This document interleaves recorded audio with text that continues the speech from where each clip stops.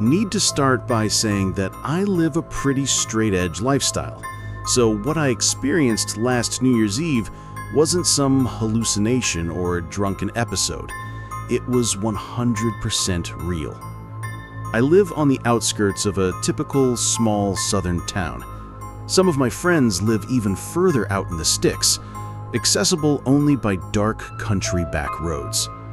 My friend Darren's family lives in one of the richer neighborhoods that you can only reach by these winding roads. Every year, his family throws a New Year's Eve party where all their friends are invited, myself included. It's always a great time, so I look forward to getting the formal invitation in the mail each December. The weather in the South can be unpredictable in winter. This year, it didn't get really cold until a few days before New Year's Eve. The newly frigid air, combined with bumpy, unkempt country roads, made for an uncomfortable drive. Usually, I avoid using my high beams since I hate when other drivers blind me with theirs. But the sheer darkness of this windy, narrow road made them necessary. The road was surrounded on both sides by dense trees, so even with brights on, it was hard to see the twists and turns ahead. There aren't any houses between the turnoff and Darren's neighborhood, except for a lone shack that's been abandoned for years, though I sometimes see lights inside when I pass this way. A few minutes into the drive, on a particularly straight section, my headlights illuminated something white against the darkness among the trees. As I got closer, I could see it was a woman standing alone on the roadside. They weren't moving or hiding, just standing completely still with their back to the trees. It was a woman wearing what looked like a white dress or gown, completely inappropriate for the cold weather. I didn't turn off my brights out of caution, so I couldn't make out specific details through the reflective glare of the white fabric. As I passed her, I was grateful she didn't step into the road, forcing me to stop. But then I wondered if maybe I should have stopped to help. Perhaps she was another guest trying to get to Darren's party. It wasn't until I looked in my rearview mirror that I got really creeped out. In the red glare of my taillights, I could see the woman had turned her body to follow me, still frozen in that same spot. That definitely wasn't a fellow party guest. I arrived at the party around 8 p.m. without further incident, parking in the gravel circle among a dozen other cars. Darren's house sits in a large clearing surrounded by forest, like all the spaced-out houses in the neighborhood. The festivities went on until we watched both the New York ball drop and our own time zone's countdown. Everyone slowly started clearing out afterward. I stayed behind to help clean up, as I usually do since I'm close with Darren's family. By the time I left, my car was the only one remaining. When I started the engine, I got a low tire pressure warning. My older car doesn't give exact details about which tire or how severe the issue is. I figured it was just the cold weather affecting the tires, something that always happens when temperatures first drop after a warm period. I remembered that woman on my way there. Was she still out somewhere? There was another route home in the opposite direction that would avoid that road, but it would add 20 minutes to my commute. With possible drunk drivers out on New Year's Eve, I didn't want to risk the longer route. I decided to take the same road back. I really wish I hadn't. Not even a few minutes onto that dark back road, I could feel and hear something wrong with my tires. It sounded like bare metal scraping against asphalt. My car slowly came to a dead stop.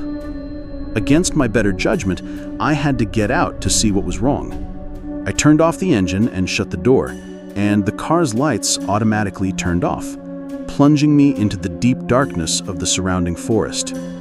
Using my phone's flashlight, I checked each tire. My heart sunk.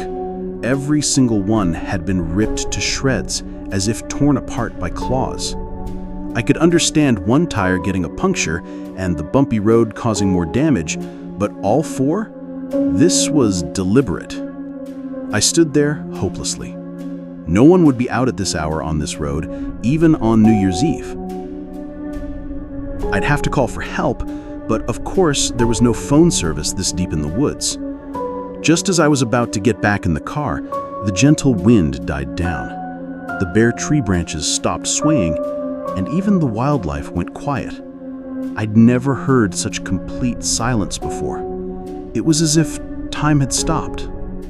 Then I heard the sickening sound of a twig snapping somewhere in the trees. Something was moving around. I instantly shut off my phone's light, leaving us in complete darkness. Leaves continued rustling as if someone was stalking through the forest. This wasn't a squirrel or deer. This was the type of silence that falls when prey senses a predator nearby. Then I heard it. I see you. My stomach dropped. All the air was sucked out of my body. I couldn't even scream. It was a woman's voice, soft and quiet, coming from the pitch-black tree line not 15 feet away. It was said without malice, which somehow made it even more terrifying. Then, "Can you see me?" My fight or flight response finally kicked in, but I was disoriented in the darkness. I had to turn my phone's light back on to see which direction to flee. I aimed the flashlight straight ahead, and there she was, standing at the edge of the tree line. This time her features were visible. The gown was dirty, covered in dark stains. She was deathly pale, skinny as a rail, with disheveled hairy howling to her elbows. But her face was almost indescribable, grotesque, as if she was missing half her jaw. Yet it seemed like she was trying to grin at me. In my horror, I kept the flashlight trained on her for a few moments before I ran. I hauled ass down the road back towards Darren's house. That abandoned shack was closer in the opposite direction, but what if this woman actually lived there? As I sprinted down the road, I could hear twigs snapping and leaves rustling behind me. She was chasing me, but the massive rush of adrenaline helped me quickly lose her. I made it back to Darren's house and pounded on the door, begging them to let me in. His mother answered and quickly ushered me inside, seeing how shaken up I was. I explained everything to her, Darren, and his father. They were sympathetic, offering to let me stay the night while they called police and a towing service. But the night wasn't over. I woke from sleep to the sound of light tapping on the second-story window. The digital clock read exactly 3:14 a.m. The room had no blinds, but I didn't dare look out until I heard that muffled voice from outside. The same voice saying, "I see you." She was still out there. She had chased me all the way here and was now throwing rocks to get my attention. I wasn't leaving that bed or falling asleep until morning. When the sun rose and Darren's family woke up, the woman was gone. We looked outside together, and before police arrived, Darren's father found a large rusty knife in the yard where I'd heard the voice, presumably what she'd used to slash my tires. That means she had followed me to the party from the beginning of the night and specifically targeted me while everyone was inside celebrating. When Darren's parents called other party guests, one friend said they'd seen someone in a white dress walking around outside, but thought nothing of it since people were coming and going all night long. When I gave my statement to the police, I told them to check that shack on the road. They eventually did and found no one living there, but there was dead, gutted wildlife scattered throughout the surrounding woods. That woman was never found, which raises terrifying questions. The scariest ones to me are, how was she able to track me down so quickly after I left the party? And if she was missing so much of her face, how could she pronounce those words so clearly? Despite everything, I'll still be going to Darren's house for New Year's Eve again this year. But this time, I'm carpooling and taking the long way around. My name is Jessica, and I've been a 911 dispatcher for 6 years now. I work the graveyard shift in a mid-sized city where most nights are routine. Domestic disputes, bar fights, the occasional break-in. You develop thick skin in this job, but what happened 3 weeks ago still keeps me awake at night. It was a Tuesday, around 2:47 a.m. when the call came in. The number showed up as restricted, which isn't unusual for emergency calls. People often block their numbers when they're in distress or calling from payphones. I answered with my standard greeting, 911, what's your emergency? Silence. Then heavy breathing. Hello? This is 911. Do you need assistance? More silence, followed by what sounded like someone crying softly. I've handled hundreds of calls where people were too scared or traumatized to speak immediately, so I stayed patient. It's okay, I said gently. Take your time. I'm here to help. Finally, a woman's voice whispered, "She's in my house." "Ma'am, can you tell me your address? I'll send officers to help you." I can't move. She's right outside my bedroom door. My training kicked in. Home invasion in progress. I needed to keep her calm while getting information. "What's your address, ma'am? I need to send help." She gave me an address on Maple Street, a quiet residential area I knew well. I immediately dispatched 2 units while keeping her on the line. "Ma'am, I've sent police to your location. Can you tell me more about the intruder? Is it someone you know?" "No," she whispered, so quietly I had to strain to hear. She's not right. Something's wrong with her face." "What do you mean?" "It's like parts of it are missing. And she keeps saying my name, but I never told her my name." A chill ran down my spine. What's she saying exactly? "Sarah, come out and play, Sarah." The woman's voice was shaking now, but she says it wrong, like her mouth doesn't work right. I could hear Officers Martinez and Chen had arrived at the scene through my radio. They were doing a perimeter check. "Ma'am, police are at your house now. They're checking outside. Are you still hearing the intruder?" She stopped talking. I think she knows they're here. Officer Martinez came over the radio. "Dispatch, we've completed exterior check. No signs of forced entry. Requesting permission to enter and clear the residence." "Copy that. Be advised, possible intruder still inside. Victim is hiding in bedroom." I stayed on the line with Sarah while the officers entered. Through my headset, I could hear their muffled voices as they cleared room by room. My heart was racing. These calls always got to me, especially when children or vulnerable people were involved. "Officers are in your house now, Sarah. They're making sure it's safe." I can hear them, but she's gone quiet. She was just outside my door a minute ago. Officer Chen crackled through the radio. "Dispatch, residence is clear. No intruder found. We'd like to speak with the caller." "Sarah, the officers need to talk to you. It's safe to come out now." I heard movement on her end, then the sound of a door opening. Muffled conversation, then Officer Martinez was on the radio again. "Dispatch, we have a problem. There's no one here." "What do you mean no one's there? I'm on the phone with the caller right now." "The house is empty, completely empty. No furniture, no personal belongings. Looks like it's been vacant for months." I looked at my phone screen. The call was still connected. "Sarah? Sarah? Are you there?" Silence. Then impossibly, I heard that same voice, but now it was different, clearer, and it was coming from right behind me. "Sarah can't come to the phone right now." I spun around in my chair, heart hammering. The dispatch center was empty except for me.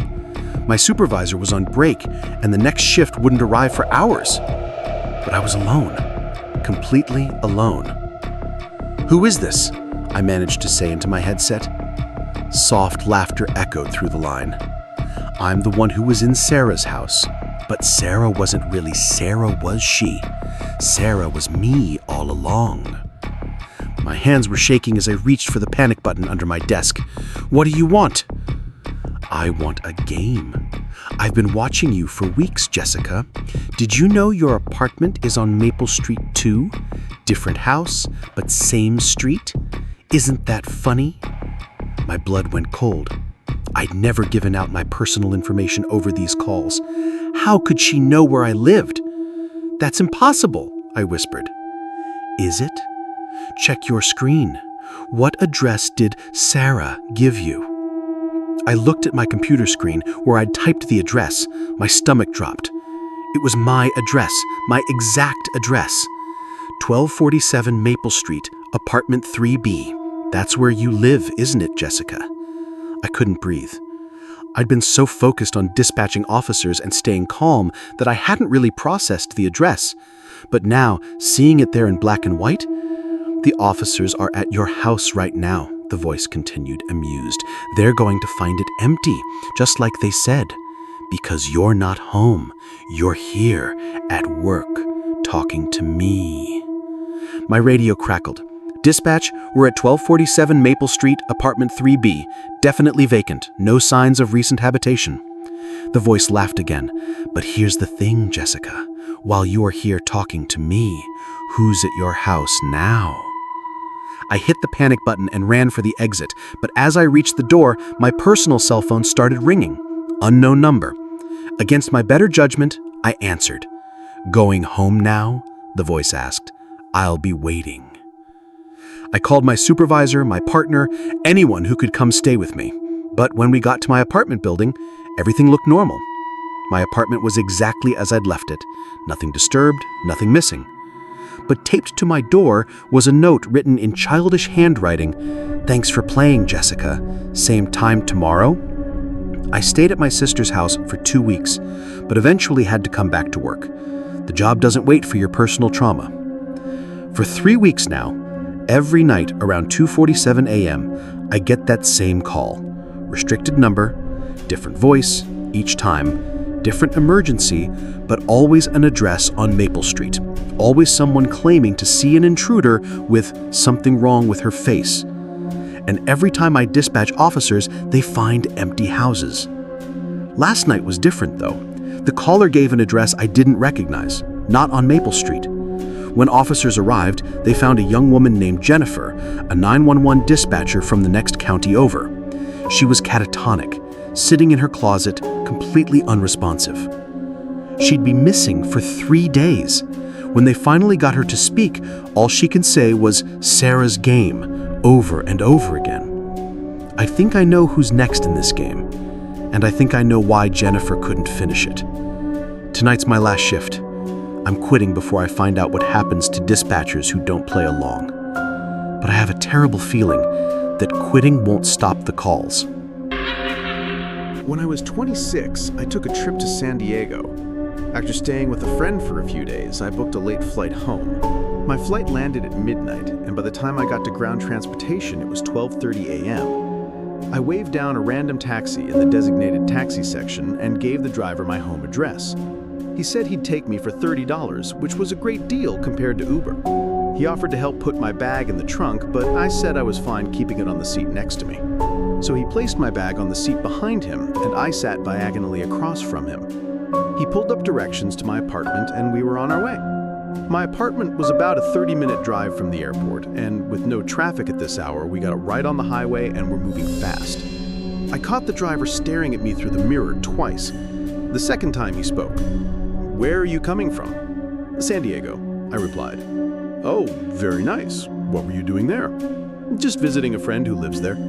His response made me uncomfortable. "Is your friend as pretty as you?" My first reaction was to laugh, but I found the comment really creepy, especially since it was only the third thing he'd said to me. His question stayed on the flirty side from there. "What's a pretty girl like you doing traveling all by yourself?" I got slightly sassy. "Well, I just said I wasn't alone. I was visiting my friend." His rebuttal was that by flying alone, I was traveling by myself. I maintained my attitude. We can agree to disagree. He laughed and said he was only teasing, but this man had to be around 45. Him hitting on a lone girl in her 20s felt creepy, though it wasn't the first time I'd dealt with something like this.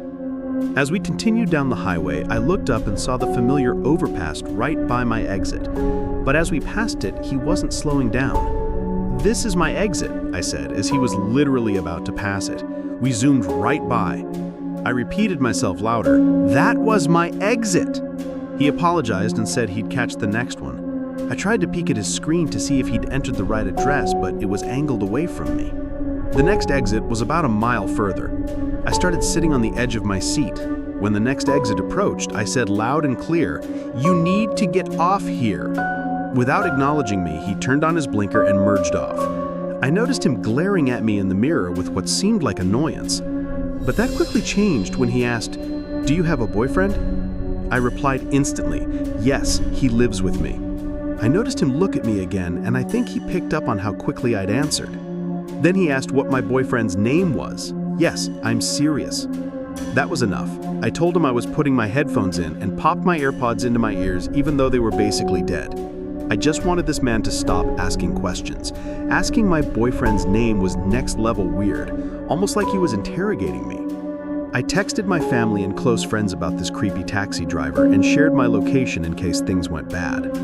We were in a familiar area of my town now, stopped at the first red light since getting off the highway. I looked in the mirror and saw his eyes glaring at me in an almost menacing way. The light turned green, but he was still staring at me.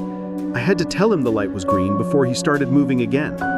No one in my family was answering, except my older brother, who must have been the only one awake. But he lives 2 hours away. He told me I should leave the car if I felt threatened. We were on a main road in my town now, but there weren't any cars around. It was nearing 1 a.m. on a weeknight. We stopped at another red light and I felt that man glaring at me again through the mirror.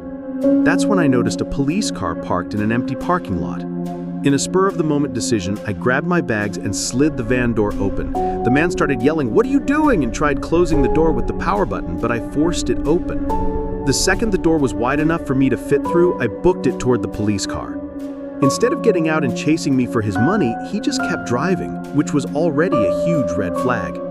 When I saw him driving away, I slowed to a quick walk toward the police car. He noticed me, looked up and rolled down his window. I told him the taxi driver was giving me really bad vibes and I'd left for my safety.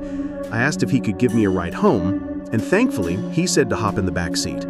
The cop drove me home in about 5 to 10 minutes. I let myself in, didn't even bother unpacking, and went straight to brush my teeth and crash into bed. Just as I got into bed, there was a knock at my apartment's front door. What if it was the taxi driver? He had my address after all. What if he came for his money, or worse? The knocks persisted for a few minutes, then went silent, then started again. I never left my room, didn't want to be anywhere near the front door. The door was locked, and that's what mattered. Eventually, the knocking stopped, and I drifted off to sleep. The next day at work, I got a call from my next-door neighbor, George. He said my dad had been there trying to get into my apartment to drop something off, but didn't have a key. He was calling to confirm I was expecting my dad. I said no, I hadn't heard from him.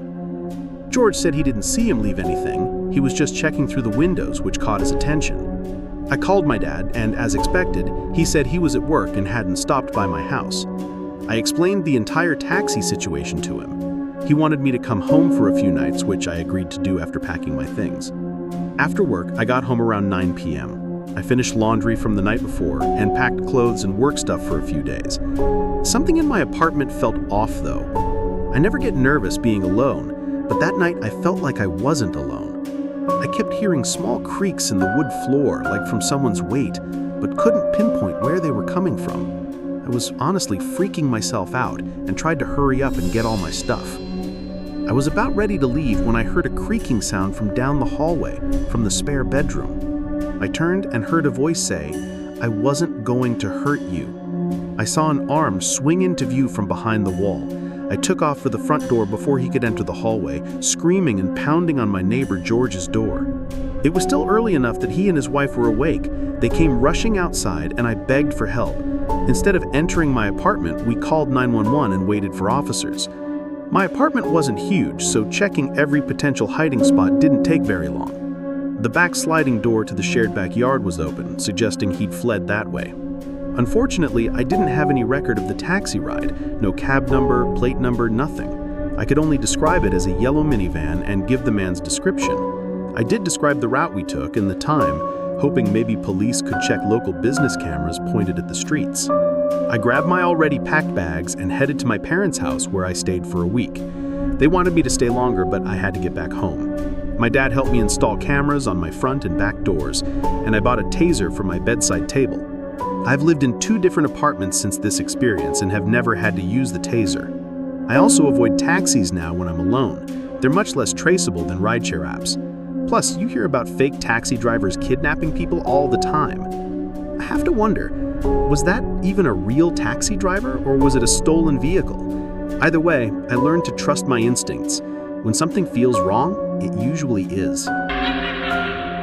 I've been a commercial airline pilot for 15 years, flying mostly red-eye flights across the country.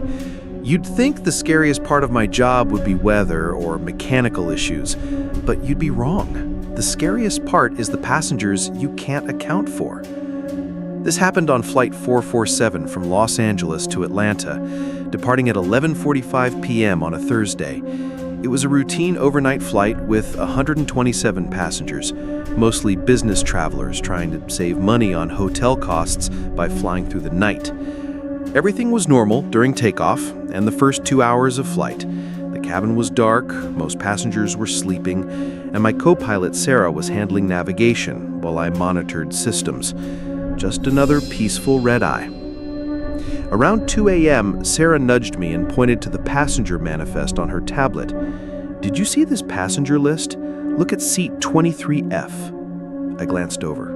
The name listed was N passenger with no first name, no last name details, no frequent flyer number, just N passenger.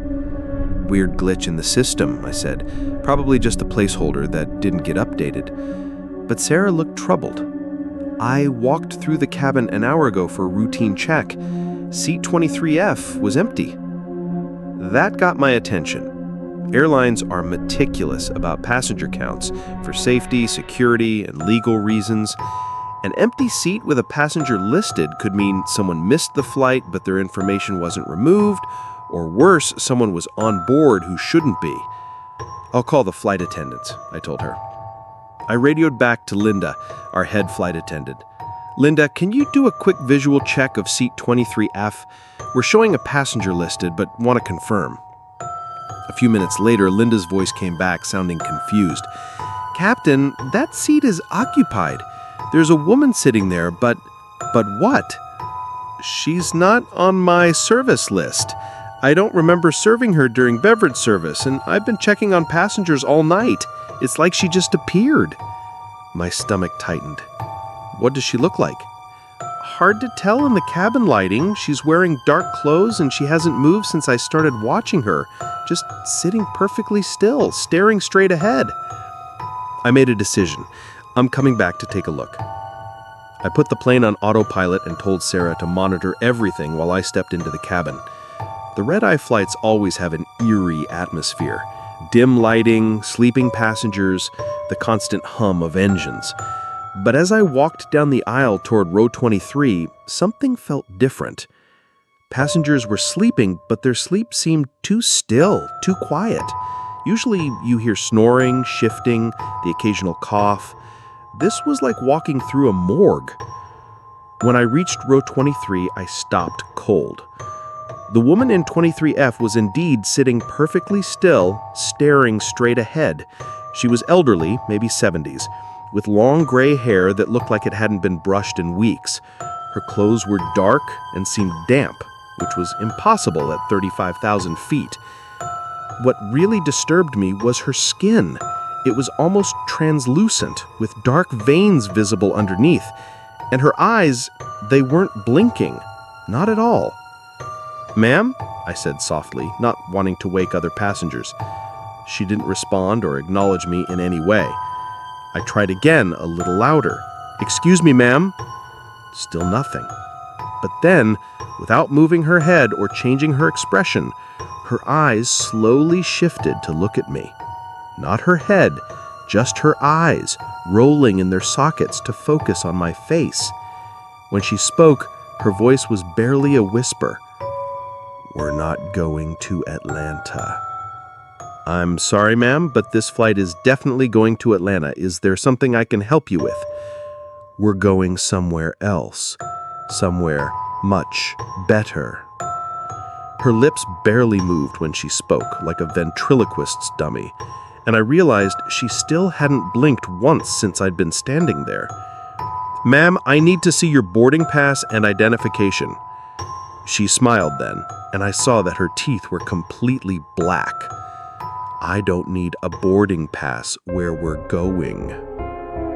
I backed away slowly and returned to the cockpit, my heart pounding. I radioed Linda again.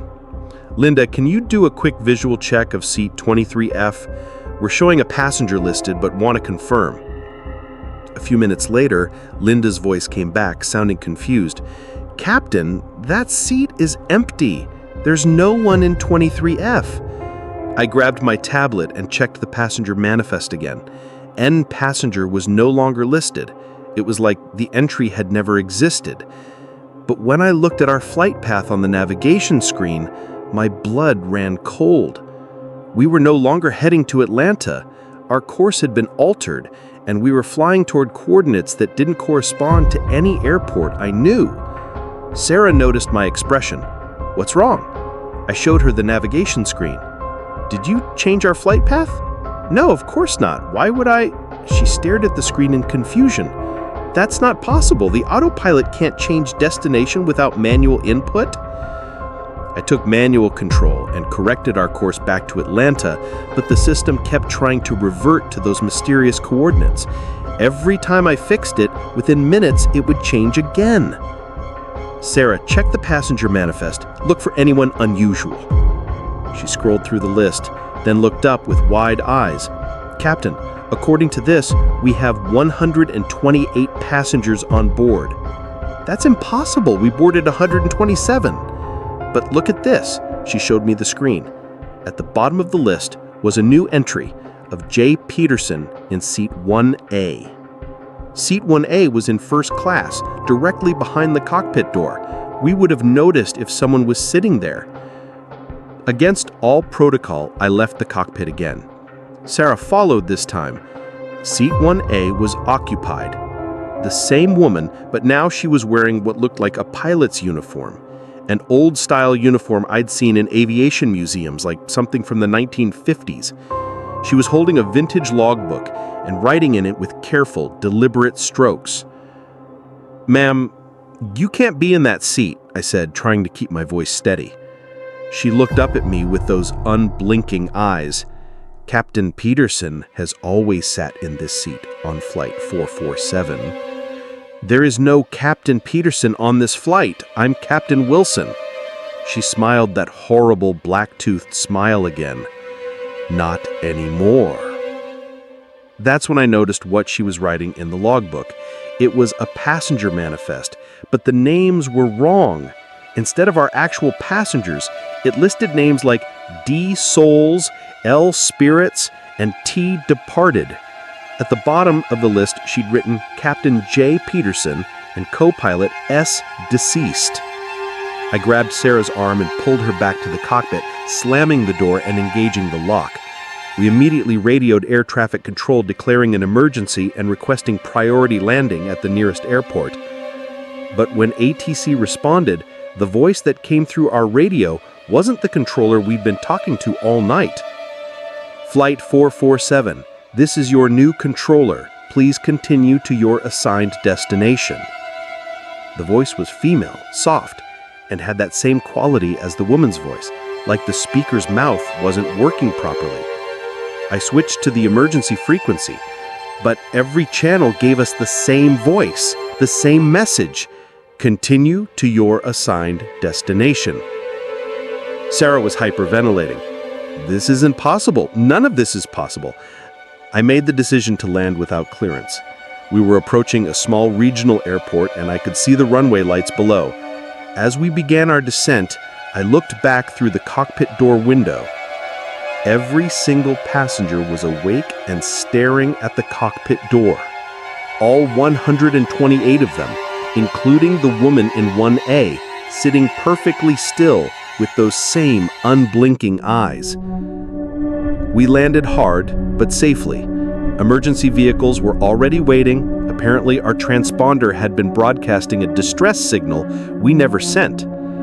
When the authorities boarded the plane to investigate, they found 127 passengers, all alive and well, all confused about why we made an emergency landing. None of them remembered seeing anyone in seat 1A or 23F. The woman was gone. But when they checked the plane's black box, they found something that still gives me nightmares. According to the flight data recorder, our flight path had never changed.